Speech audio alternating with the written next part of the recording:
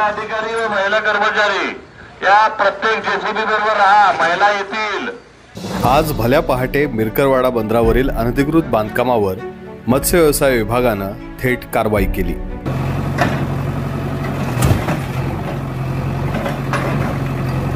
रत्नागिरीतील सुप्रसिद्ध अशा मिरकरवाडा बंदरावर मोठ्या प्रमाणावर अतिक्रमण झालं होतं। यामुळे या बंदराच्या विस्तारामध्ये अडचणी येत होत्या असं प्रशासनाचं म्हणणं आहे। आज पहाटे 5:30 वाजल्यापासूनच प्रचंड पोलीस बंदोबस्तात ही कारवाई करण्यात आली।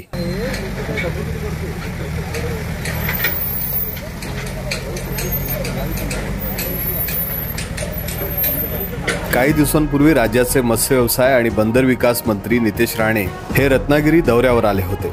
त्यावेळेला त्यांनी मिरकरवाडा बंदरातील अतिक्रमण हटवण्याचे आदेश संबंधित विभागाला दिले होते।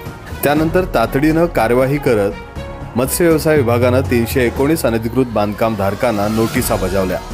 गेल्या आठवड्यातील गुरुवारीच काही कर्मचारी आणि पोलीस अधिकारी अनधिकृत बांधकाम पाडण्यासाठी गेले होते। त्यावेळेला मच्छीमार आक्रमक झाले होते।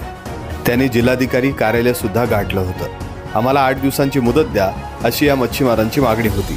प्रशासनानं त्यांना 3 दिवसांची मुदत दिली। या 3 दिवसांमध्ये जवळपास 30% लोकांनी आपलं बांधकाम हे बाजूला केलं होतं, परंतु उर्वरित बांधकामांवर आज मत्स्य व्यवसाय विभागानं कारवाई केली।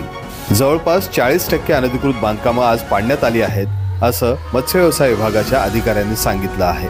ही कारवाई आज आणि उद्या सुरू राहणार आहे। दरम्यान 35 ते 50 वर्षांपासून आम्ही इथे व्यवसाय करत होतो।